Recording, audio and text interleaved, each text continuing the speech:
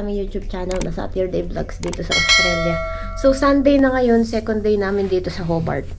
Maaga kami ako nagising parang mga 6:30.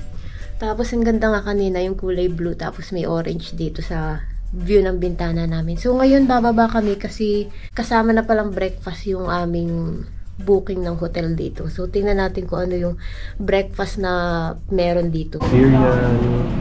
Cereal. Ay, gusto ko ng toasted bread. Ano yan? Yung nakalutang. Pancake.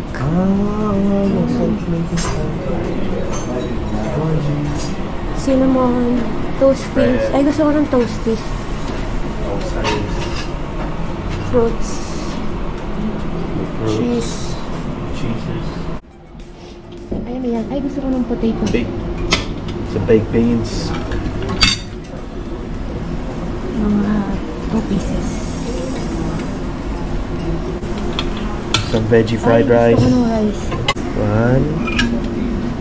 Gusto mo ng noodle o hindi? 2. Okay na. Pagkakin nga akong konti niya. Noodles? Konting-konti lang. Small.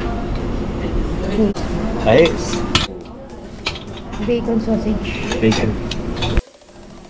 Okay.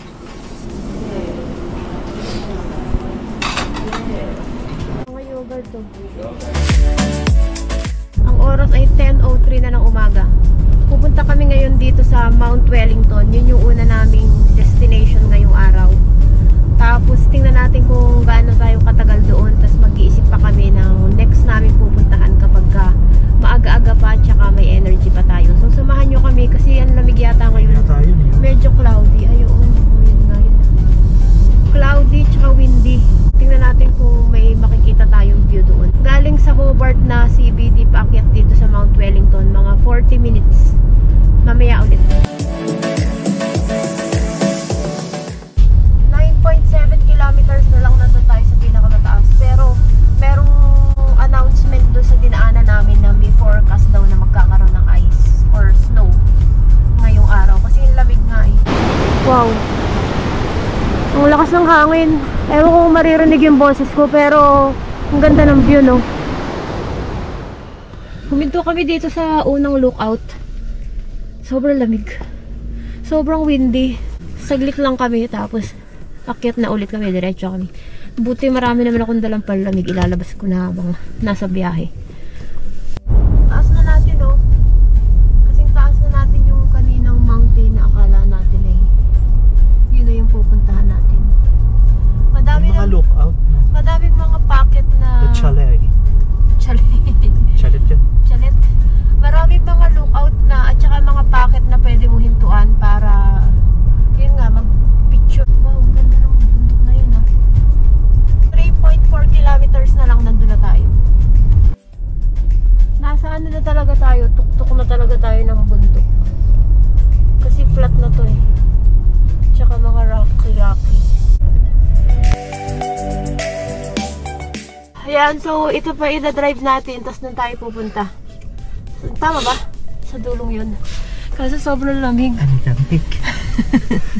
Hindi kami makapag-video na matagal sa labas. Ayan, arrive na tayo dito.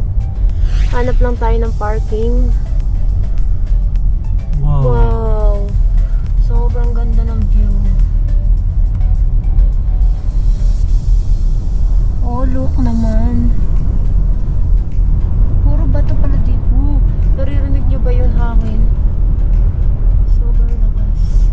Ba't kaya di lumalabas yung dalawa na yun? Ayan, nag-change outfit kami. You know.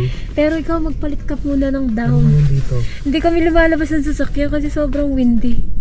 Yung sasakyan nga namin, ano eh, nililipad din eh, no? Ayan, no, parang nasa rides ka. Sobrang hangin. Pero ang ganda ng view, pero bumibelo pa kami ng paglabas. Ang dami na rin tao ngayon. Ayan, no, naririnig nyo ba? Grabe nung lakas ng hangin. Subukan ko lumabas. O sige nga, try mo. Anong temperature ba niyan? Parang 6 degrees plus very windy. Oh. Grabe hangin. Diba? Lamig. Diba sobrang lamig? Takot pa kami lumabas. Tingnan natin kung ano meron doon. Di ko alam kung may cafe o ano lang siya, yung parang rest stop. Pero tingnan natin. Siguro dadalhin ko rin yung aking shawl para just in case malamig na hindi pa kaya. Tapos meron kaming gloves at nakakainis kasi naiwan ko pa yung gloves ko. Ayan, suot mo na yung down mo.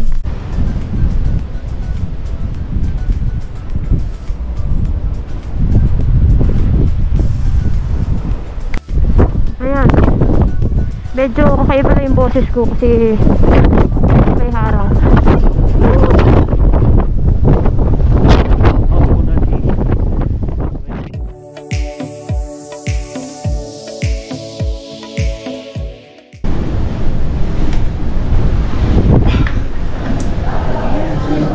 Pakiramdam dyan. Mainit.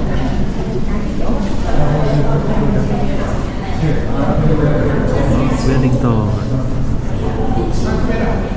Mainit dito. Para siyang shelter, no? Shelter siya.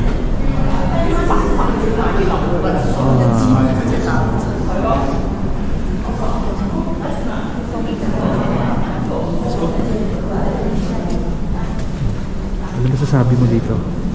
Sobrang lamig. Ano pa? Sakit sa kamay. Tsaka maganda siguro to kung hindi windy, no? Tsaka may araw talaga para maganda yung view. Pero overall maganda pa rin. So yan ang Hobart. Oo. Tsaka ang ganda ng mga rock formation, ano? Yan ang city ng Hobart. Windy ngayon. Ayun, nagpipicture doon, umakyat. Hinahanap ko kung nasa ng airport eh. Ayun ang airport.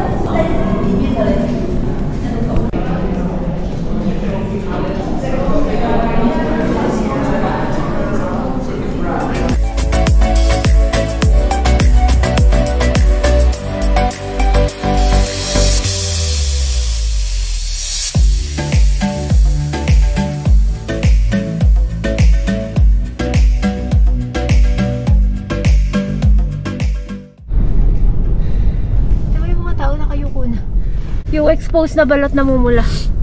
Sobrang malamig siya dahil sobrang hangin, no? Nakakapagod pala makipaglaban sa hangin. Nakakapagod? Para kang nag-exercise. Kaya nalis na tayo dito sa mountain, Mount Wellington. Kahit gusto pa man namin magtagal dito eh, hindi na rin kasi napakahangin, diba? Hindi tayo makakapag-picture ng madami kasi may alam mo, nakita ko nagpipicture nakatayo dyan sa bato na yan. Pero kasi nga ang lakas ng hangin, nakakatakot, parang mapapawid ka talaga. Tips pala pag pupunta kayo dito, check nyo yung weather talaga. Hanggat maaari, huwag kayong pumunta dito ng windy kasi ayan, ganyan nga yung mangyayari. Yung mga tao nga eh, kapit-kapit pagka naglalakad kasi nga baka parang yung feeling mo matatangay ka.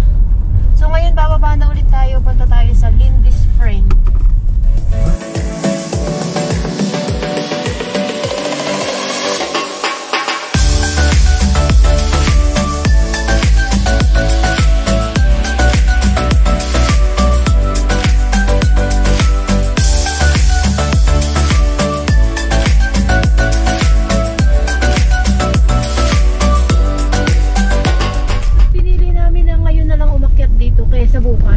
Ipagpapabukas kasi sana namin eh, kasi nga windy ngayon. Bukas naman hindi nga windy pero negative ang temperatura. So okay yata yun, no? Baka mas okay nga, no? Basta walang wind, no? Kasi mas mababalot natin yung sarili natin. Pero may wind din eh, nakita ko eh. Okay. Ayun lang nakalagay, very windy. Oo, yun nga, very windy. So anyway, at least nabisita na natin yung Mount Wellington. Baba na tayo dun sa Lindisfarne.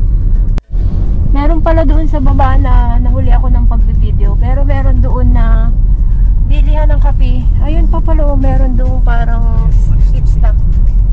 Ang ganda ng view. Pababa na tayo. Maraming salamat po sa panonood.